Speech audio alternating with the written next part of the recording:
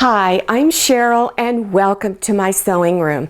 I'm going to demonstrate how to make this really easy and really fast to make 4-patch placemat. Now before we get started on making this, if you're interested in making a fall holiday table runner like this one, this is one of many, at the end of the video I will give you the information so you can get to those video links to make yourself a holiday table runner. Now let's get started on this placemat. You'll need to cut out 4 pieces of fabric for the front.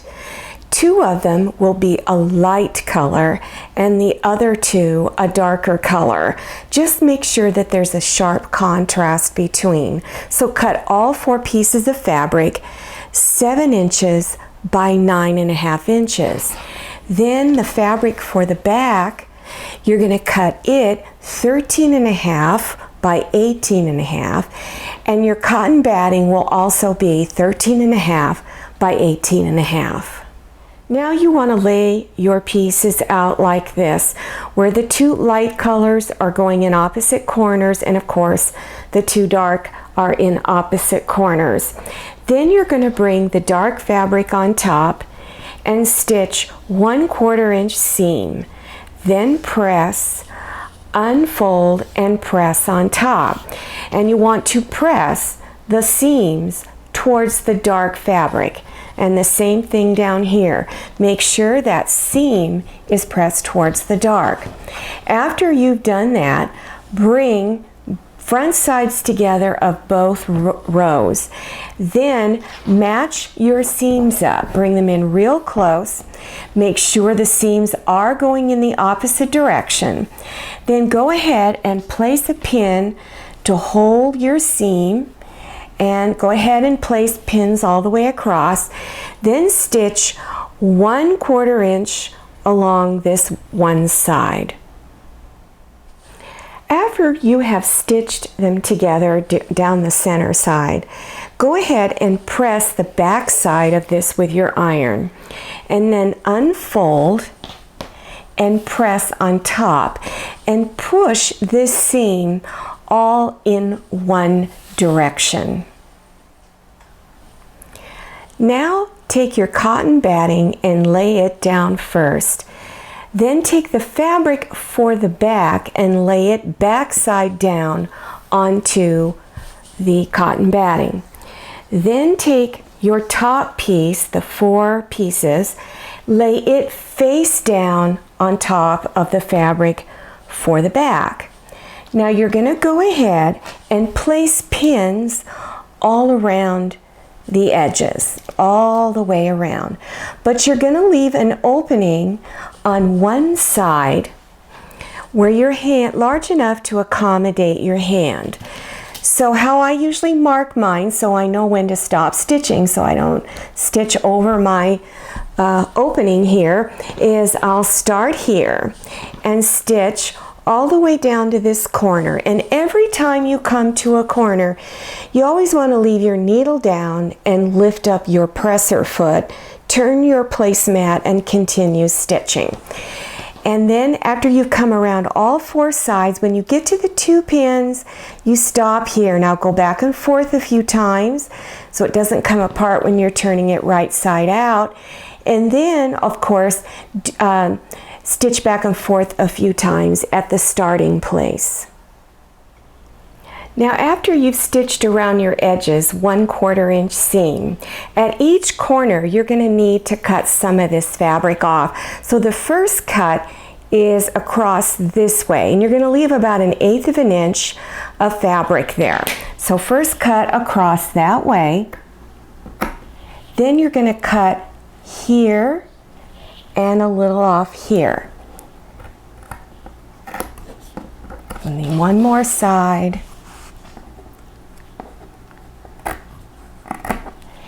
Do that at all 4 corners.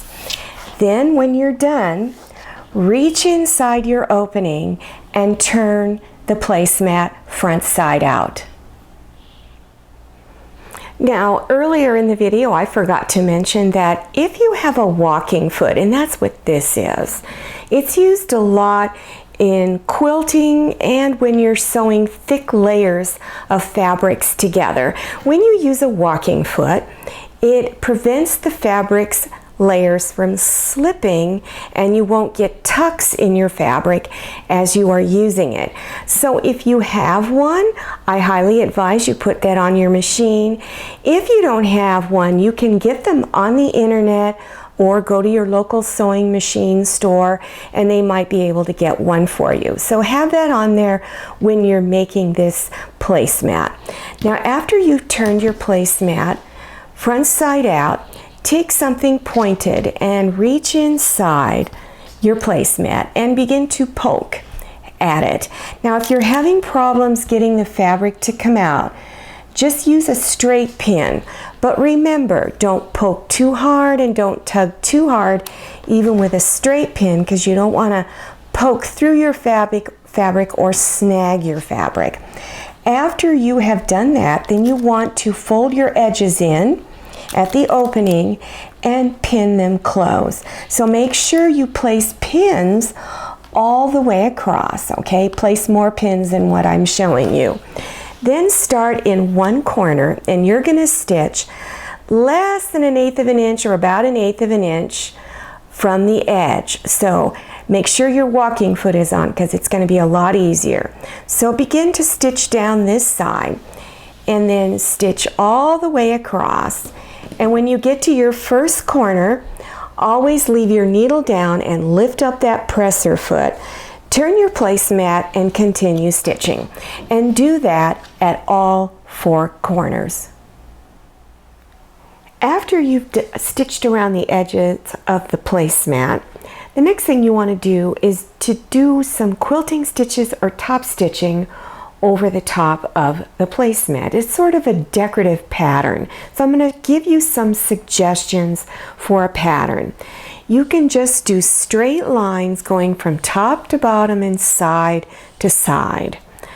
Or you can go from corner to corner and do your stitching and just do them every 2 to 3 inches apart. Here is a decorative quilting stitch. If you have something like this on your machine, you can use that.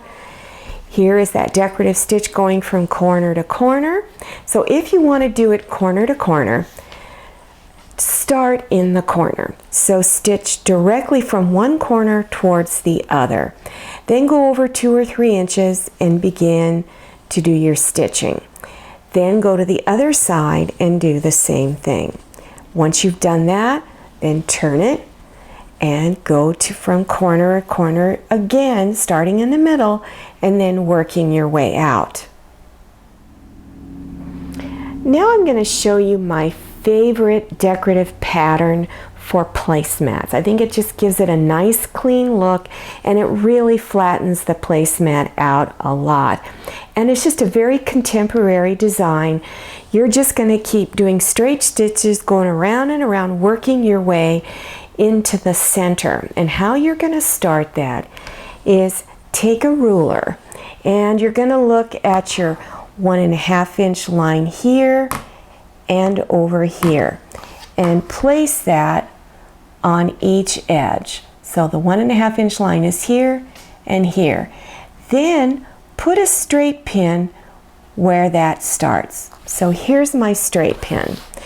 And this is the point where you're going to start stitching. So I've got this little piece of paper here. Now, here's where you're starting to stitch. So you're just going to stitch directly towards this other end.